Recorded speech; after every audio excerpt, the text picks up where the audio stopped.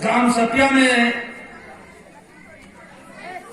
बाबा साहब के मूर्ति अनावरण के मुख्य अतिथि माननीय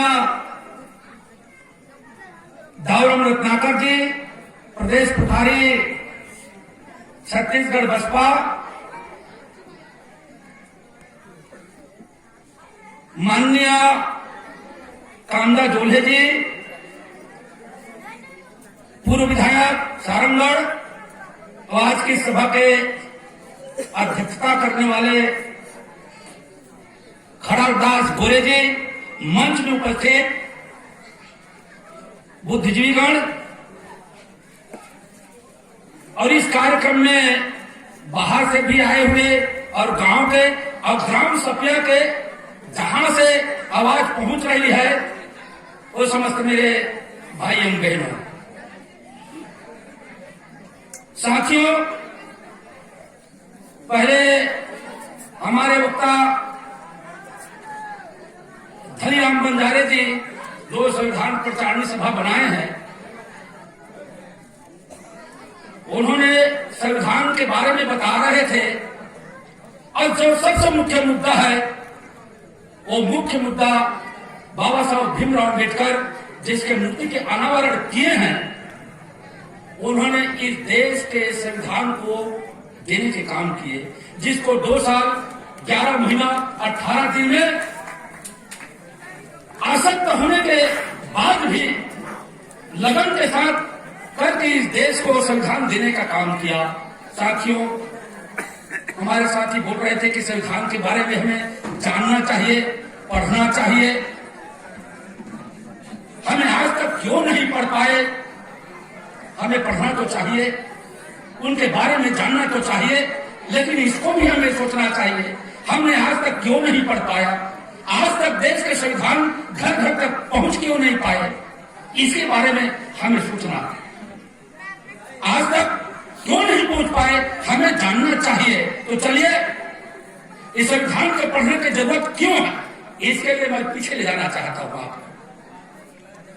साथियों, आज से 250 साल पहले, आज से 250 साल पहले भगवान गौतम बुद्ध ने इस देश के अंदर और इस देश में एक धर्म का स्थापना इसी देश के आदमी ने किया, भगवान गौतम बुद्ध ने किया, लेकिन इस देश का धर्म पूरे विश्व में फैल गया। इस देश का धर्म पूरे विश्व में फैल गया। इस देश का आदमी, जिस देश का आदमी जिस धर्म को पैदा किया, उसी देश में उसका विचारधारा अंधकारपूर्ण है, उसका विचारधारा अंधकारपूर्ण है, अंधकार है, और इस देश के अंदर में नहीं फैल पाया। उसके बाद 800 साल पहले यही पैदा लेकर, भारत में पैदा लेकर, संत शिरोमणि रविदास जी, संत कबीरदास जी, उसी जो समता का संदेश है, बहुजन सुखाए बहुजन हिताए, बहुजन सुखाए बहुजन सिखाए, इंसान को इंसान बनाने का काम गौतम बुद्ध ने किया। भगवान गौतम बुद्ध ने एक इंसान को, एक इंसान का दर्जा, उसका एक महत्व देने का काम भगवान गौतम बुद्ध ने किया। उसी को गुरु घासीदास, उसी को कबीरदास जी ने, रविदास जी ने किए। उसके बाद हमारी इसी छत्तीसगढ़ में आज से 250 साल पहले पैदा हुए संत शिरोमणि परम पूज्य बाबा गुरु घासीदास जी ने हमारे छत्तीसगढ़ के अंदर में सत्यनाम धर्म आंदोलन चलाने का काम किया, जो भाई भाई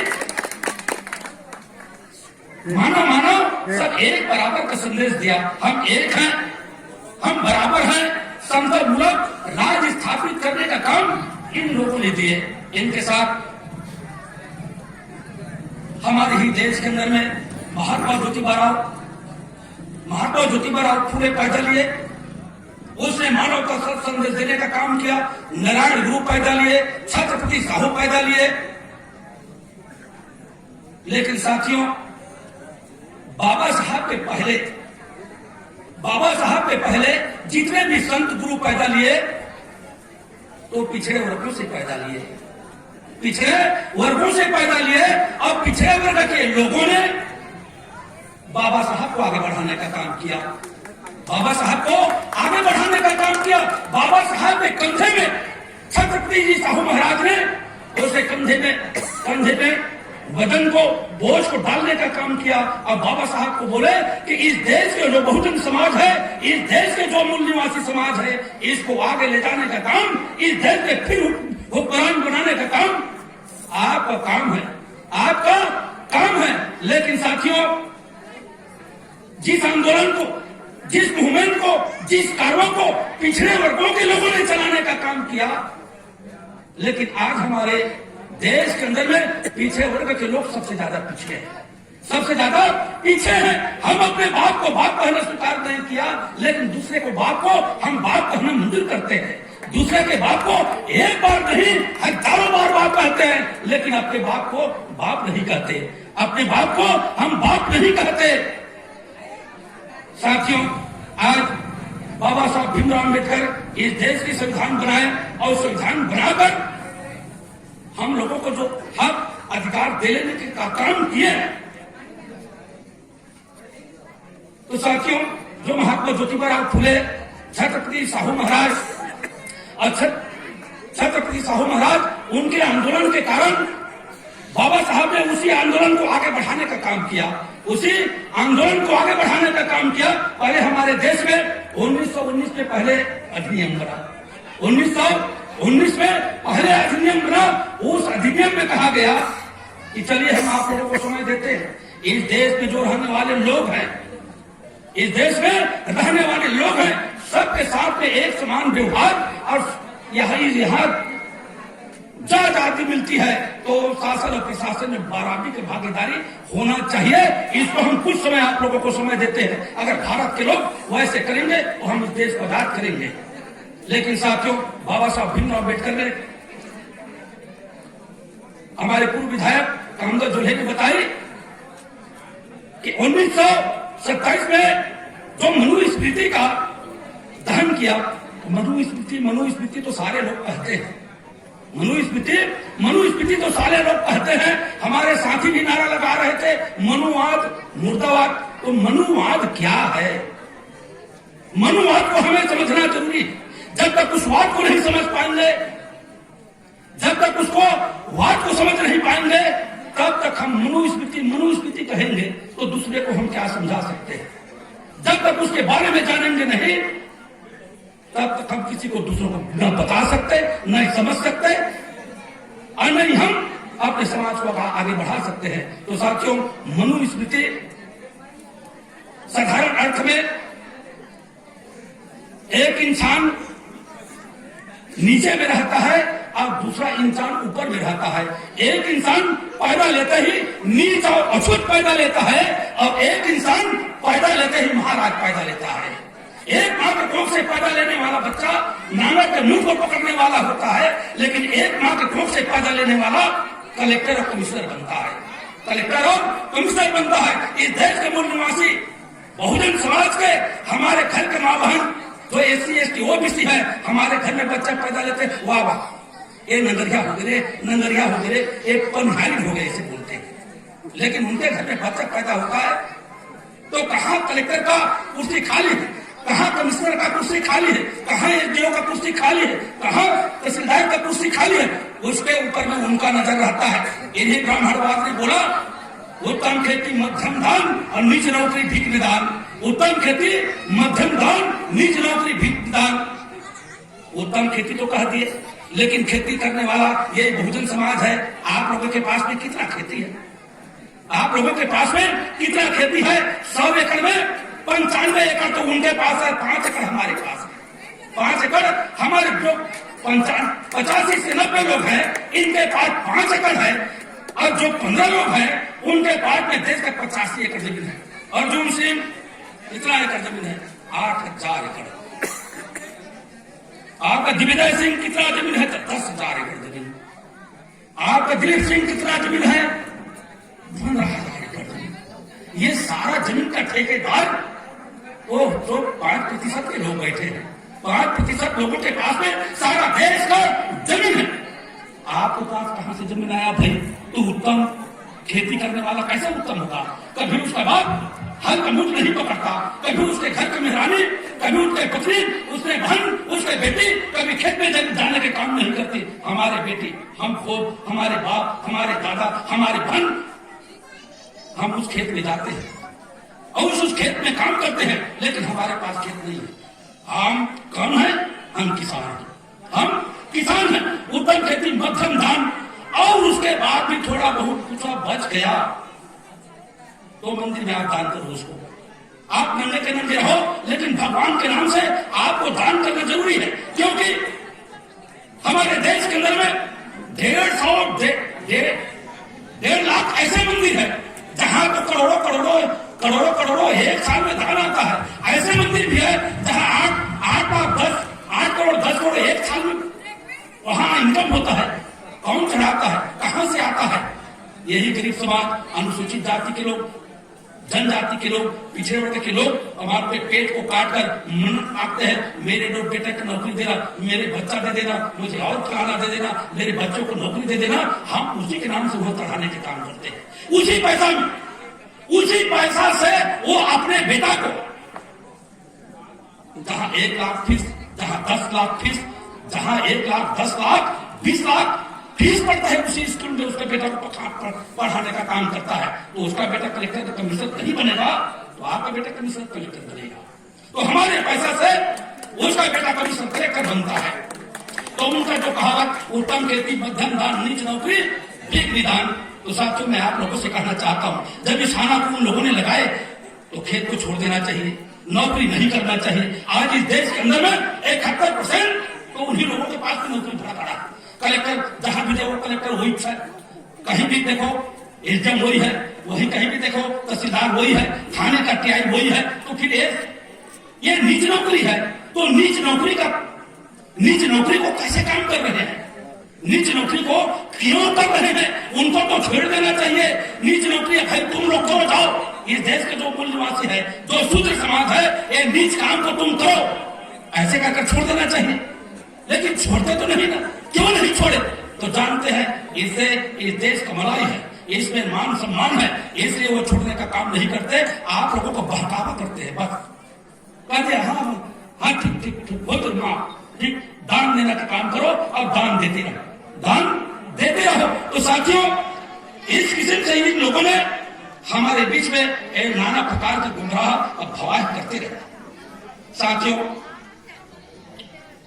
हमारे मांडी जी और ज्यादा कहेंगे इसलिए मैं ज्यादा बातें नहीं रख पाऊंगा, लेकिन साथियों, हमें 15 अगस्त 1947 को आजादी मिली।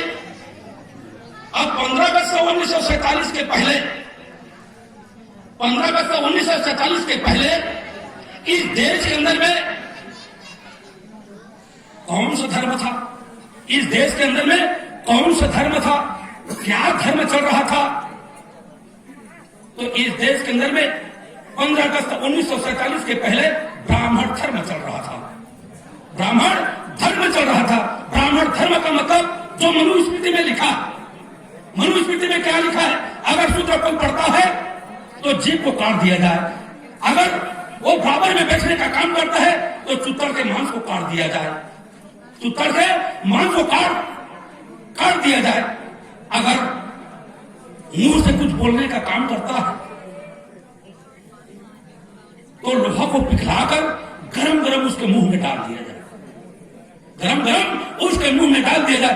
इस कड़ी कानून में, ये मनु का कानून है, इस कड़ी कानून में इस देश का जो शूद्र समाज है, इस देश का जो मूल निवासी समाज है, कौन पढ़ता? उसमें भी कहीं कहीं आपको उदाहरण मिल जाएगा। जैसे सम्मुख रुचि है, आप लोग रामायण कहते हैं, तो रामायण में एक सम्मुख रुचि है जो साधु जाति ने पैदा लिया था। वो जंगल में पढ़ाने लिखाने का काम इसी समाज को कर रहा था, लेकिन उसको भी बख्शा नहीं गया। राम कहीं भी तलवार नहीं उठाया, लेकिन राम ने उसको तलवार से काटने का काम किया। राम ने उसको तलवार से काटने का काम किया, धड़ा से उसका गर्दन अलग कर दिया। उसी में कहते हैं महाभारत में एकलव्य जानते हैं, एकलव्य इस देश के द्रोणाचार्य के पास गया, गुरु बनाने का वो भी निवेदन किया, लेकिन शूद्र होने के कारण उसको चेहरा बनाना पसंद नहीं किया। लेकिन वो अपने आप में ध्यान से, लगन से उसने विद्या आरंभ किया तो ऐसे धनुर्धारी बना, अर्जुन से भी 10 कदम आगे हो गया। अर्जुन से भी 10 कदम आगे हो गया। उसके ही कुत्ते को ऐसे बाण मारा, 7 बाण उस मुंह में लगा। इसको देख करके द्रोणाचार्य, अरे आप पांडव सांडव कहते हैं ये इनका होश उठे, अरे इतना सारा विद्वान कहां से आ गया। तो फिर उसको ढूंढो, तो ढूंढे, देखे वो जो आप कैसे सीख गए इतना। मैं सीख गया, मूर्ति को मैं लगाया हूं, मूर्ति को गुरु मान करके मैंने अभ्यास किया, मैंने सीख गया। तो द्रोणाचार्य बोलता है, अरे बाबू ये तो मूर्ति है, ये तो मैं अब मोरा गुरु मान के ताने हाथ सीखे हाथ पर थोड़ा गुरु दक्षिणा दे के जरूरत है। मान गुरु बाबा, ये समाज इतना भोला भाला, इस देश के मूल निवासी भोले भाला के कारण इस देश को लुटाने का काम किया। अंग्रेज पहले ये मनुवादी लोग आए, आर्य लोग आए, इसी भोला भाला के कारण हमारे देश को लुटने का काम किया। इसी भोला भाला के कारण गुरु जो कहीं मैं देने के लिए तैयार हूं, तो उसने दान में उसके अंगूठा को काट करके मांगने का काम करता है। तो आप लोगों से मैं पूछना चाहता हूं, अगर अंगूठा कट गया तो उसका तीर किस में चलेगा? अंगूठा कट गया तो तीर किस में चलेगा? तो उनका समाज को हरासमेंट करने का काम करने के लिए अगर वो तैयार हो जाता, समाज को और सिखाने का काम करता, समाज में वीर पैदा होने का काम करता, लेकिन वही उसको इस्पात करने का काम, उसको बंद करने का काम किया और उसके अंगूठा को काट दिया गया। उसके अंगूठा को काट दिया गया। साथियों, तो ये देश का जो व्यवस्था है, उस देश का जो व्यवस्था है, जो सीढ़ीनुमा व्यवस्था है, तो इसी मनु महाराज ने बनाने का काम किया। पहले ब्राह्मण, तो ब्राह्मण ब्रह्मा के मुंह से पैदा लिया, क्षत्रिय भुजा से पैदा लिया, बन्ना वैश्य पेड़ से पैदा लिया और शूद्र पैर से पैदा लिया। कहीं ऐसा होता है? कोई भुजा से पैदा लिया, कोई आज तक मुंह से पैदा लिया, कोई पैर से पैदा लिया। जो रास्ता है, इसी को कबीरदास जी ने कहा, अरे ब्राह्मण तू बम नहीं आया तो आन बाढ़ से क्यों नहीं आया? अरे ब्राह्मण तू बम नहीं आया तो आन बाढ़ से क्यों नहीं आया? हम लोग सूत्र है, सारे संविधान में एक नियम है, उस नियम के आधार में हमने पैदा लिया है। तुम ब्राह्मण है, तू क्षत्रिय है, तू वैश्य है, तो उस बात को छोड़ देते, उस रास्ता को छोड़ देते, तो दूसरा रास्ता बनाकर तुमने पैदा ले लिया होता, तब हम जानते तू ब्राह्मण और क्षत्रिय वैश्य है। साथियों, भगवान के, चलो भगवान बोलते हैं, भगवान के दर में कोई छोटा होता है ना कोई बड़ा होता है। अगर भगवान के दर में कोई छोटा बड़ा होता तो सुबह सुबह उधर सूर्य उदय होता है। तो कहीं पानी में गंदा वाला पानी रहता है, उसमें कीड़ा लगा रहता है, उस पानी में भी जो निर्मल पानी है, उस पानी में भी जो और खराब है, उस पानी में भी, और जहां सड़ा गला है, दुर्गंध है, उसमें भी सूर्य जब उदय होता है तो प्रकाश एक बराबर पड़ता है, एक बराबर पड़ता है। वो नहीं कहता ये पानी गंदा है तो मैं इसमें नहीं पढ़ू, ये गंदा जगह है तो इसमें नहीं पढ़ू, ये सूर्य है तो इसके ऊपर में मैं नहीं पढ़ू, ये बनना है तो इसके ऊपर मैं आता जाऊं, ये छतरी है तो इसमें 12 ना जाऊं, अरे ब्राह्मण तो मैं पूरा के पूरा जाऊं, ऐसे नहीं कहता। ये तो पूरा सबके समान एक बराबर है। तो इस शास्त्र को बनाने वाला, इस नियम को बनाने वाला, इस देश में जो समानता, जो सीढ़ीनुमा व्यवस्था है, अखंड मनु महाराज ने इसको बनाने का काम किया। आज इस देश में अगर ब्राह्मण है, ब्राह्मण कुछ भी करे, इससे ये आपका क्षत्रिय वैश्य शूद्र, इन तीनों के ऊपर में कोई भेद नहीं, अत्याचार करे, कुछ भी करे, छूट है, लेकिन ऊपर में नहीं कर सकता। ब्राह्मण सब में कर सकता है, लेकिन क्षत्रिय ये वैश्य इसमें कर सकता है, लेकिन ऊपर में नहीं कर सकता। वैश्य ये नीचे में शूद्र में कर सकता है, लेकिन ये ऊपर में नहीं कर सकता। ये शूद्र इस देश का मूल निवासी, ये तीनों वर्णों का सेवा चाकरी करने का काम करेगा, सेवा चाकरी करने का काम करेगा। इसीलिए हमारे माँ बहन के कोख से बच्चा पैदा लेने वाला एक छूत अछूत और बीज पैदा लेता है, उसके माँ के कोख से पैदा लेने वाला महाराज पैदा लेता है। तो उसके माँ के कोख में का ऐसा सुगंध लगा, उसके माँ के कोख में ऐसा कोई ऑटोमेटिक मशीन है जो महाराज पैदा ले लेता है। मुल्क में ऐसा कौन सी बीमारी है जो हम नीच और अछूत पैदा लेते हैं। इसी बात को हमें समझना चाहिए। हमारे मां के कौम को गाली देने का काम इन नीच लोगों ने किया साथियों। इसीलिए समय समय पर जितने संत गुरु महान पुरुषों ने पैदा लिए, अपने जीवन मरण तक आंदोलन चलाते रहे, अपने कार्य चलाते रहे।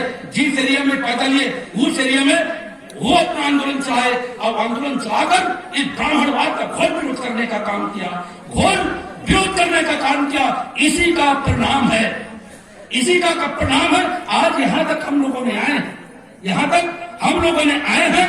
उन्हीं सिद्ध गुरु महान पुरुषों के कारण, उनके आंदोलन के कारण, उनके बलिदान के कारण हम लोगों ने यहाँ तक पहुंच पाए हैं। साथियों, इस साल से कंधार तो हम तो कुत्ते बिल्ली से भी गए पीते हैं।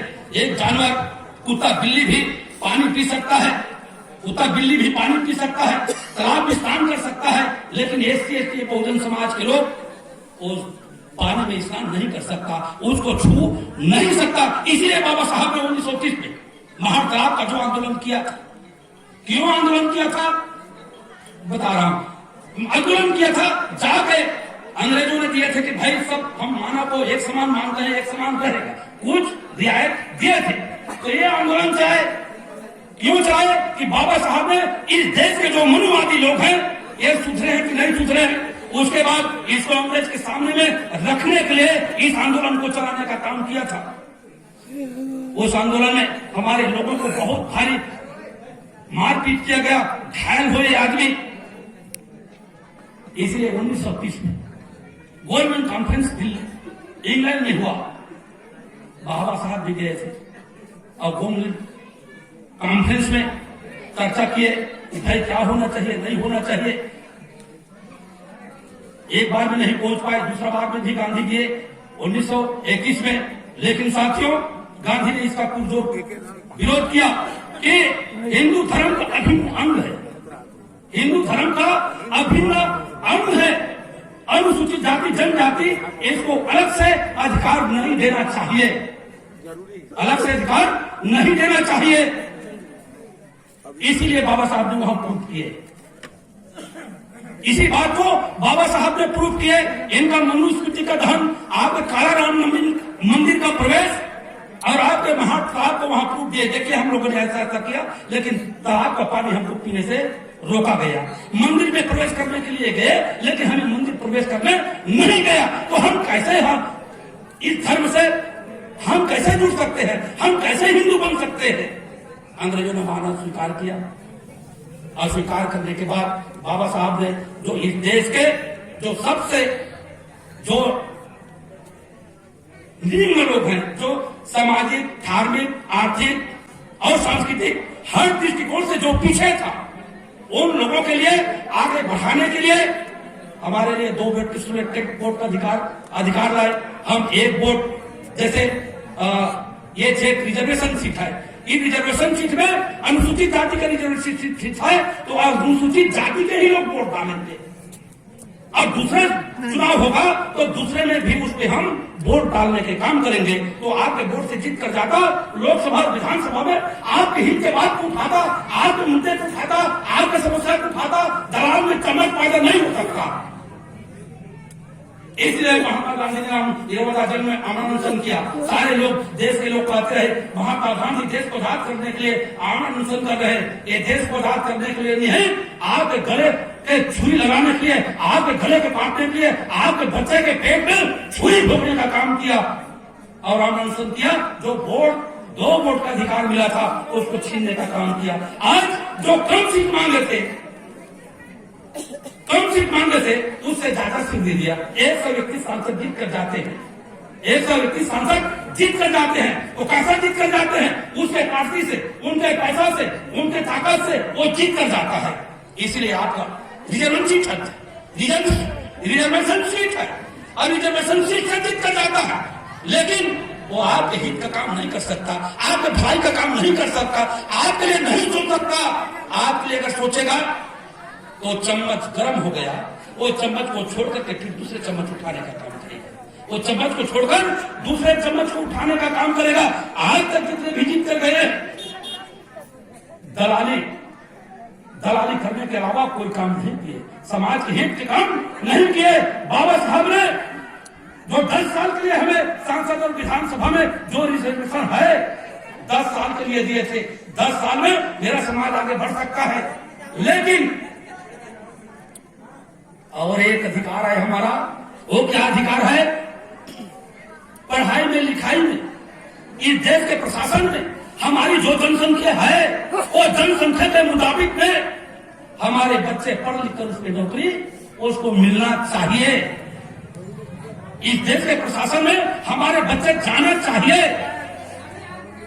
लेकिन आज तक ये पूरा नहीं कर पाए, आज तक पूरा नहीं कर पाए। लेकिन जो 10 साल का नियम था, जो सांसद विधायक का 10 साल का नियम था, वो 10 साल अभी नरेंद्र मोदी ने 10 साल बढ़ाकर 10 साल अभी बढ़ाने का काम किया है। वो 10 साल बढ़ाने, उसमें हम लोगों का क्या फायदा है? उसमें हमें क्यों क्या फायदा है? इसलिए जो राजनीति आरक्षण है उसको बंद हो जाना चाहिए। आरक्षण जो राजनीति में आरक्षण है उसको बंद होना चाहिए। लेकिन हमारा प्रशासनिक जो व्यवस्था है वो जो आरक्षण है उसको बरकरार होना चाहिए। क्यों आरक्षण बंद होना चाहिए राजनीति का? क्योंकि जो जीत कर जाते हैं भरवे और चम्मच जीत कर ही जाते हैं, दलाल जीत कर जाते हैं, समाज का हित नहीं होता, समाज का उल्टा उसमें नाश होने का काम होता है, नाश होने का काम होता है। इसलिए राजनीति में जो रिजर्वेशन है वो सरकार बंद करे। लेकिन हमारा जो प्रशासनिक जो नौकरी पेशे में हमारा रिजर्वेशन है वो रिजर्वेशन को हमें पूरा हमें मिलना चाहिए। लेकिन मिलता कहाँ है? लेकिन मिलता कहाँ है? आजादी के 70 साल में, आजादी के 70 साल में आज तक फिलअप नहीं हो पाया, पूरा नहीं हो पाया। मैं आप लोगों से बात करना चाहता हूँ, हमें आजादी मिली 70 साल। जापान है, जापान वो भी गुलाम था, जापान भी गुलाम था। लेकिन 5 साल में ये पूरे भारत का, पूरे विश्व का 5वां नंबर का शक्तिशाली राष्ट्र बन गया जापान। 5 साल में, 5 साल में पूरे जापान विश्व का शक्तिशाली राष्ट्र बन गया। जब जापान में जब वहां संघर्ष हुआ, अमेरिका वहां का जो जंगी जहाज है, जो बेड़ा भेजे थे, उस बेड़ा में जापान के, जब जापान में चर्चा चला कि भाई इसको कैसे करेंगे, जापान को कैसे बचाया जाए, जापान को कैसे बचाया जाए, जापान में हाहाकार हो गया। तो सारे लोग बैठे, अब बैठकर चर्चा करने लगे कि उस जहाज को मैं विध्वंस करूंगा, वो कहता है इस जहाज को मैं विध्वंस करूंगा, वो कहता है इस जहाज को मैं विध्वंस करूंगा। हेलीकॉप्टर में सवार होकर के उसने खोला बारूद रख के उस जहाज में उसने घुसा दिया, वो जहाज पूरा फटका हो गया। अमेरिका ने 3 दिन शोक मनाए उसमें। वो है राष्ट्रवादी, वो है राष्ट्रवादी, वो जो 5 साल में आजादी के 5 साल में तरक्की करके पूरे विश्व का 5वां नंबर का शक्तिशाली राष्ट्र बन गया। एक चीन है, चीन में कंगाल हुआ, गरीबी है और वहां अकाल पड़ा, तो अकाल पड़ा था उसी अमेरिका के लोगों ने एक पूरे बेड़ा में खाने पीने का सामान, खाद्य सामग्री, चावल, दाल, गेहूं, उसको लाद करके वहां भेजने के काम किए। जब वहां भेजने के काम किए तो अब यहाँ भारत देश को तो क्या करते, अरे इतना लाओ लाओ लाओ लाओ लाओ लूट, वो लूटपाट हो जाता, वो लूटपाट हो जाता।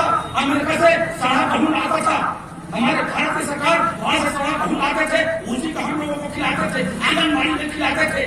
लेकिन चीन के लोग क्या किए, उस जहाज को देखे, ये हमारे खाद्य सामग्री हमको नहीं चाहिए, ये भीख के बजाय हम मर जाना पसंद करेंगे, लेकिन भीख स्वीकार नहीं करेंगे। लिख दिए उसके जहाज में लिख दिए हम मर जाना पसंद करते हैं लेकिन भीख स्वीकार नहीं करते। उसके जहाज को वापस कर दिए, उसको जहाज को वापस कर दिए। इसको कहते हैं देश के नागरिक, इसको कहते हैं देश के लोग। और हमारे देश के अभी जो सरकार बना है नरेंद्र मोदी और उनके सरकार से मंडली आज देश के अंदर में राष्ट्रीयता के प्रमाण पत्र बांट रहे हैं। कौन है राष्ट्रीयता, कौन है राष्ट्र प्रेमी, कौन है राष्ट्र प्रेमी? वो हमें सर्टिफिकेट देना चाहते हैं, वो हमें सर्टिफिकेट देना चाहते हैं। देश की दुर्दशा जो आजादी, इतने साल आजादी के जितने साल में जितने प्रधानमंत्री बने, जितने शासक बने, वो एक तरफ आयु के 6 साल एक तरफ, वो आजादी के 70 साल को 6 साल में बर्बाद करके कर दिया, 6 साल में बर्बाद कर दिया। आज रिजर्वेशन कहते हैं, आपके पास क्या रिजर्वेशन है? आपके पास आपको कौन जनरेशन देना चाहता है। वो लोगों ने मनुस्मृति फिर से लागू कर, देखो न उधर राजस्थान में हाई कोर्ट में मनु का स्टेच्यू लगा। आप उत्तर प्रदेश में देखो, वहां मनु विश्वविद्यालय खोलने की तैयारी में है, मनु विश्वविद्यालय खोलने की तैयारी में है। तो मनु महाराज के, मनु के फिर से सिद्धांत को, फिर से कानून को और भारत देश के अंदर में फिर से लागू करना चाहते हैं। आप चाहते हैं बच्चे पढ़ने जाते हैं, थाली लेकर चलते हैं, हम सोचते हैं अरे बच्चा को पढ़ा, खाना पीना घर में देखेगा, लेकर खाना पीना घर में देखेगा। अरे खाना पीना के चक्कर में आप पढ़े बर्बाद हो गए। खाना पीना के चक्कर में थाली लेकर गए हैं, लड़का थाली को बजाते भी हैं, कितने समय चावल मिलेगा, कितने समय खाना मिलेगा, खाना पीने के चक्कर में इधर उधर करके छुट्टी हो गई। अब प्रमोशन करो, 12वीं तक प्रमोशन करो।